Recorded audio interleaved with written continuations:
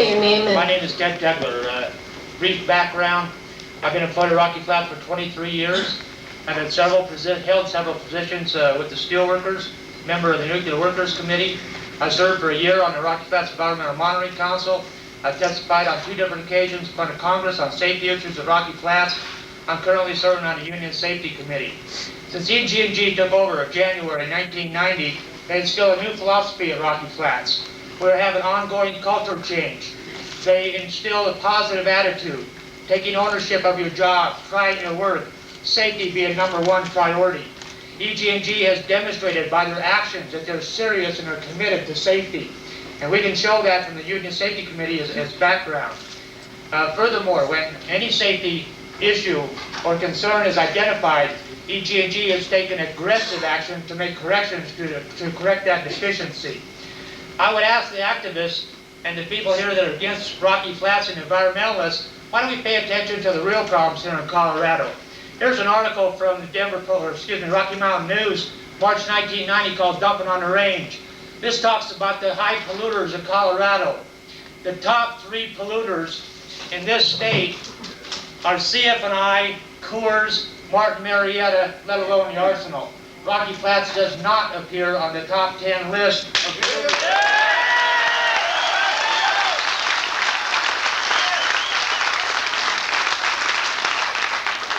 I would also like to offer you point counterpoint. Because of a lot of disinformation and inaccurate information out in the public, I believe a program can be established point counterpoint. I would be more than willing to meet with anybody.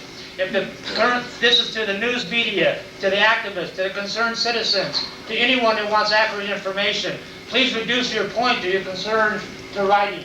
We will respond in writing to that concern, to that safety issue. We'll back it up with documentation to substantiate the facts. Give us a chance and we'll show you we know what we're talking about. We have a highly skilled, highly trained workforce. We're dedicated to the national defense of our country, and we will not be stopped. Thank you.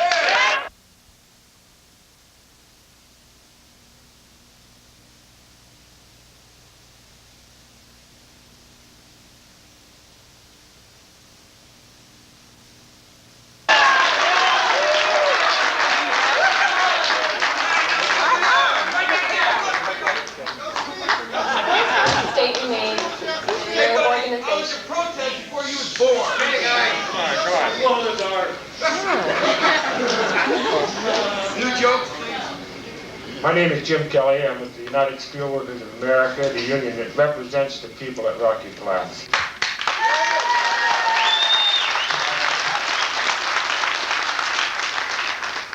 And if I may just offer just one little bit of thought, that if you look at the flyer, which was very agitating, that was put out to call this meeting, you might then be able to understand the emotions that goes behind what's happening here tonight.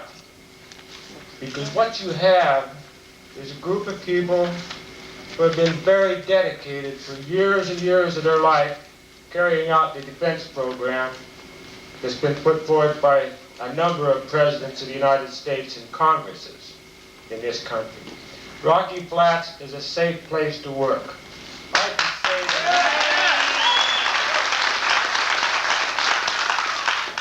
can say that honestly, and it upsets me when people get up and says that I would compromise my safety, or that my colleagues, my co-workers would compromise their safety just for a job. There sits my little grandson. I wouldn't give him up for nothing, and I cherish my time that I'm going to have to spend with him, and I'm very cautious about my safety. And so is all of my co-workers at Rocky Flats.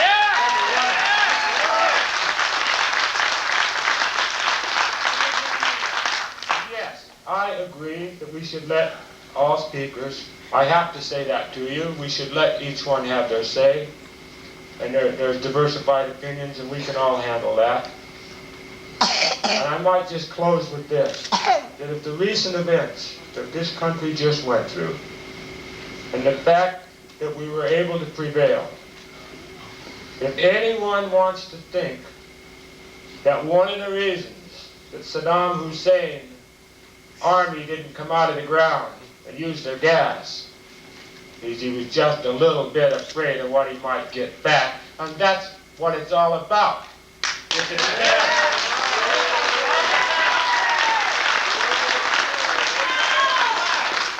Your time is up, Mr. Kelly. Thank you. Thank you. Wait a minute.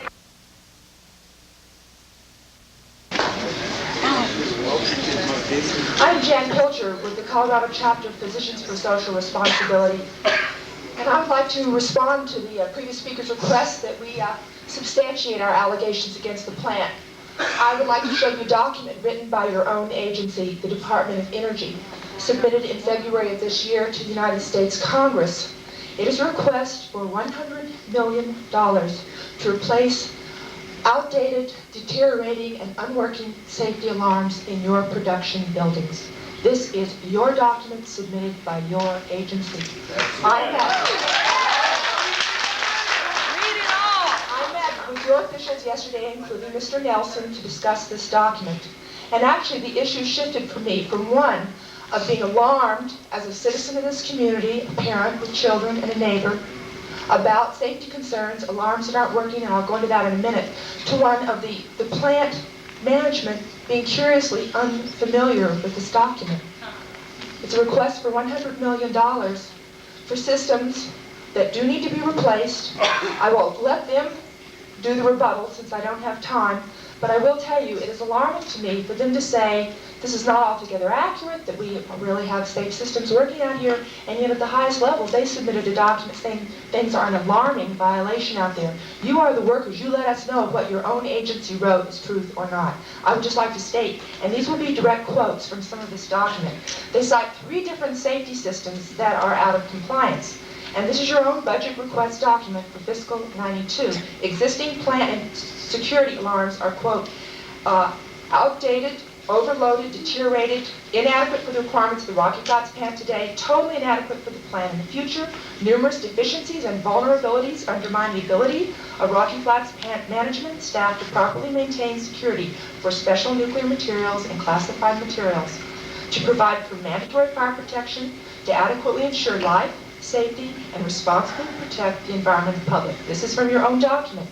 I'd like to further substantiate fire concerns with a report that was just put out by another branch of the DOE, the Nuclear Safety Concerns Report on Problems in Building 559, which states gaps in the capability of fire suppression systems are written off with the comment, no credit is taken for this system in this building.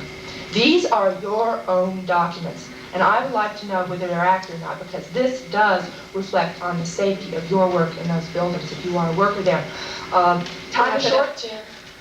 Wrap it up, Ian. I just want to say there were 2 more systems. The airborne radiation alarm systems are in serious violation to the point that they overheat.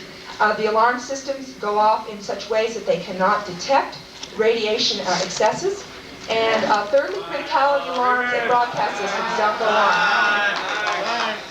I would like the plan to rebut these. They say they're compulsory systems. I just want to say from the public's point of view, we don't want this plant to restart.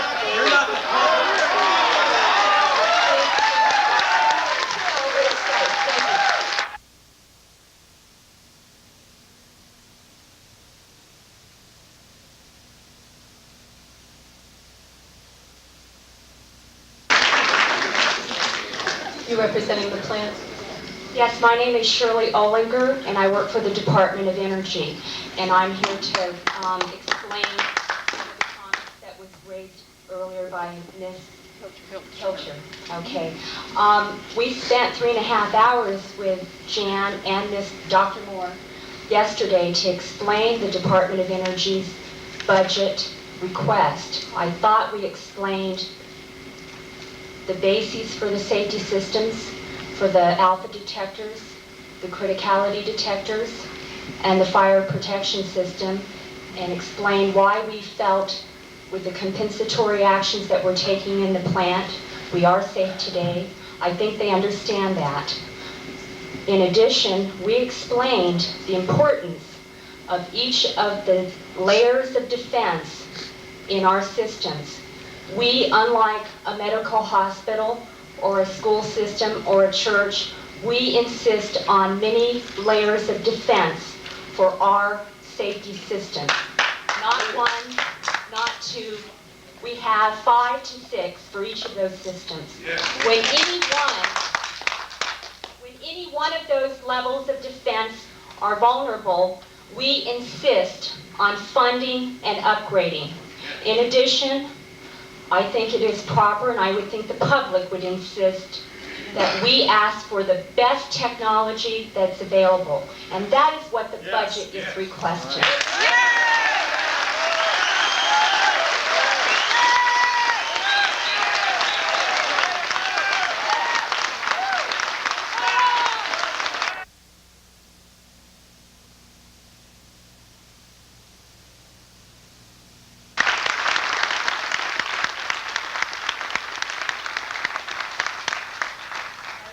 Have a couple things to say. There's so many issues to deal with. It would be very hard. I'd be happy to do that, however. I think the dialogue of a meeting like this is really important. I think if there's anything we've contributed, perhaps contributed to over the last year, it's in really fostering open dialogue on the issues. I'm happy every time we can sit down and talk about these kinds of things, because I think there are good answers. They may be subject to question, challenged, but we are committed to an open process, and we're going to be looked at by a lot of overseers and are having that happen right now. I think the weapons that we produce are important, have been important to the safety of this country. My other job is as a test controller, and I fire the shots in Nevada when I'm there, and that has been something that has been part of my life for a long time. I applaud the objectives of your meeting. I think it's the right way to go. I applaud the fact that so many of the plant people are here.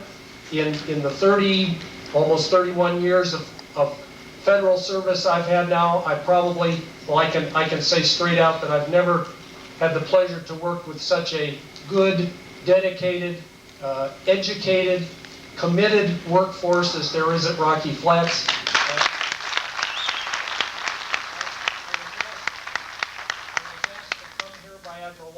For 6 months in January of 1990. I'm now on the 16th month, and it's strictly because of the feeling I have for the people are there, and if we can help, I'll continue to do that. But I also applaud all the activists that are really committed and dedicated to get the truth to the surface. I think that's the right way to do. I spend a lot of time in the public domain trying to deal with issues and having open dialogue. I feel very sincerely thankful that there are people that raise things to the surface like that, and that through a process of dialogue we get the facts out and get the answers. For the department, and let me put that hat on for a minute, we are committed to operate the plant safely. I believe the plant has operated safely.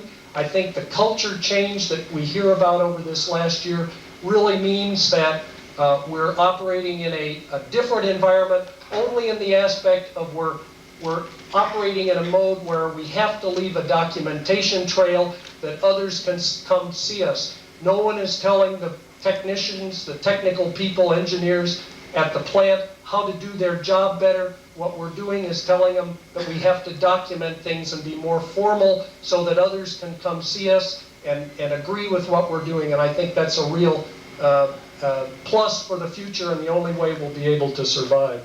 Your time is almost up. Do you Okay. need more time? Just one other thing. Just as an indication of the oversight that we're going through, which I happen to think is a good thing, in just the last 2 weeks, there was 1 week where we had about 100 people on site from all of these various groups, Ahern, Conway, our own nuclear safety that Jan mentioned, and all of them generating documents about flaws they find. Those flaws will be addressed, and the fact that you're seeing so many documents to pick issues on, I think is a testimonial to the fact that we are looking very carefully and we're being open about it.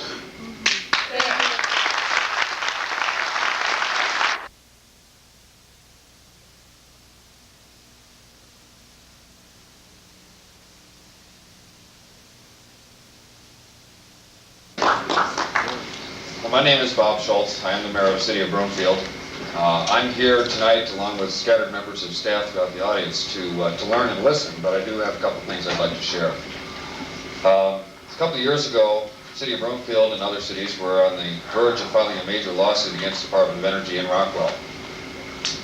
We came very close, but didn't feel, as we got into discussions, that we needed to do that. I'd like to share with you a little about our experience over the course of the last year or so that we had with Rocky Flats, so that you have a little bit of an understanding where we're coming from today. Broomfield citizens and our city council and our city government and staff are very concerned about what's happening out of Rocky Flats. We're neighbors. We're all neighbors. A lot of us work there. A lot of us that are in the audience tonight live in the communities around the area. Radioactive tritium is a fact in the 70s that it made it into our water supply for Broomfield. Another fact is the plant has had, in fact, a history of incidents which have effectively contaminated our water supplies, both in the Stanley Lake reservoirs as well as the Great Western Reservoir. And in spite of our efforts to make sure that the water is safe and make sure that people understand that, we know that they still don't necessarily trust us and that the assurances aren't clear to them. Because of this, we've concluded that the drinking water supplies in these reservoirs must be permanently physically disassociated with the Rocky Flats plant. I want to tell you, though, about an option review process that we collectively participated in over the course of the last year. This group included a group of 5 cities: Arvada, Broomfield, Northland, Thornton, and Westminster. Included Jefferson County, Department of Energy, EG&G, United States EPA, Colorado Department of Health, representatives of Governor Romer, Senator Worth, Armstrong, and Brown, and Congressman Skaggs. It was a productive and exciting process. Lots of people with divergent viewpoints working together. We had disagreements, but we worked through them. In the process, we think that we've established a constructive forum for addressing difficult issues, much like this. One result that the DOE was that the DOE accepted the need to cut the physical relationship between the plant and the city's water supplies. The Secretary of Energy has committed to funding our water protection package. Yes, the plant has had its problems, and the Department of Energy has had its problems. But I want to tell you that if we stick together and work on the issues with them, the Department of Energy, we have the opportunity to have an open and cooperative dialogue that will in fact be very productive for the long term. Bob Nelson, the plant manager who just spoke, Admiral Watkins, Secretary of Energy, have personally committed to working with us, the cities, through our concerns. Please wrap it up, Mayor. Thank you. I've had an opportunity to be in Washington twice to meet with representatives, and it's been very fruitful. The City of Broomfield and our council has taken no position on plant closure, and we would invite people of goodwill on both sides of the issue to join with us, the local elected officials, to work with us to see if the forum that we've established can be expanded and to see if we can find cooperative solutions to all of our concerns. Thank you. Thank you.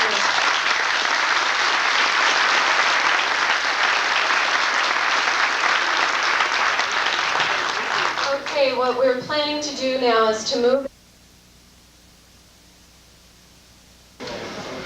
My name is Susan Nachrieb. I'm the Water Quality Coordinator for the City of Westminster, and I'd like to speak to you tonight as a representative of the city. I'm sorry to interrupt your break. I will make this very brief. The City of Westminster would like to take this opportunity to thank the Department of Energy for their response to concerns from the local communities of Westminster, Thornton, Northglenn, and Broomfield regarding the need for additional protection of Stanley Lake and Great Western Reservoir, their drinking water supply. I know that Mr. Bob Nelson and his staff have worked very hard to ensure the citizens of our communities will continue to be provided with a safe drinking water supply in the years to come. The City of Westminster appreciates the Department of Energy's cooperation and continued support for the city's water supply protection project, also known as Option B, which was inspired by Congressman Skaggs and supported by Senator Worth, Senator Brown, and Governor Romer. Thank you very much. Thank you.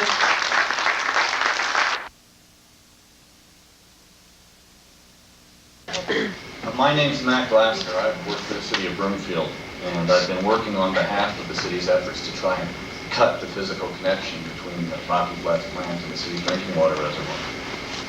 It's our belief that regardless of the plant's future, whether it's restarted or not, these water supplies need to be protected. Broomfield citizens have very deep and very real concerns about their water. These are concerns that unfortunately cannot be allayed by numbers. We've tried it and it just doesn't work. In the wake of the 1989 FBI raid, feelings among our citizens and on our city council were running very high. There were allegations that frightened all of us, and we did go out and dig ditches to protect that physical connection. Besides digging the ditches, we decided to try to talk to the plant personnel about our concerns. We didn't have a lot of hope that we would get anywhere, but we wanted to talk. I've worked for the city of Broomfield for 14 years, and I've seen a lot of different managements and a lot of different managers out there. And in the past, when the city has had concerns, they've just not been addressed. Somewhat to our surprise, however, we found the plant management that had recently arrived, Bob Nelson and his staff, to be open, cooperative, and we found that they listened to our concerns. In the beginning, they didn't agree with us. But we kept at it, and we came up with a solution. In general, I think we need to keep at these issues. The old culture that DOE has still deeply ingrained in it can be very difficult to change and difficult to work with. And I think it's especially because of that that we need to realize that people like Bob Nelson and people like Admiral Watkins that are trying to change that culture deserve our thanks for their cooperative efforts. I'm a lawyer by training. That's what I do for a living. And when all of these concerns were being raised and everybody around the city was saying, let's just sue them, that would have been a natural and logical thing to do. But I've learned that confrontation is not always the answer. And I want to thank the Department of Energy for their help. Thank you.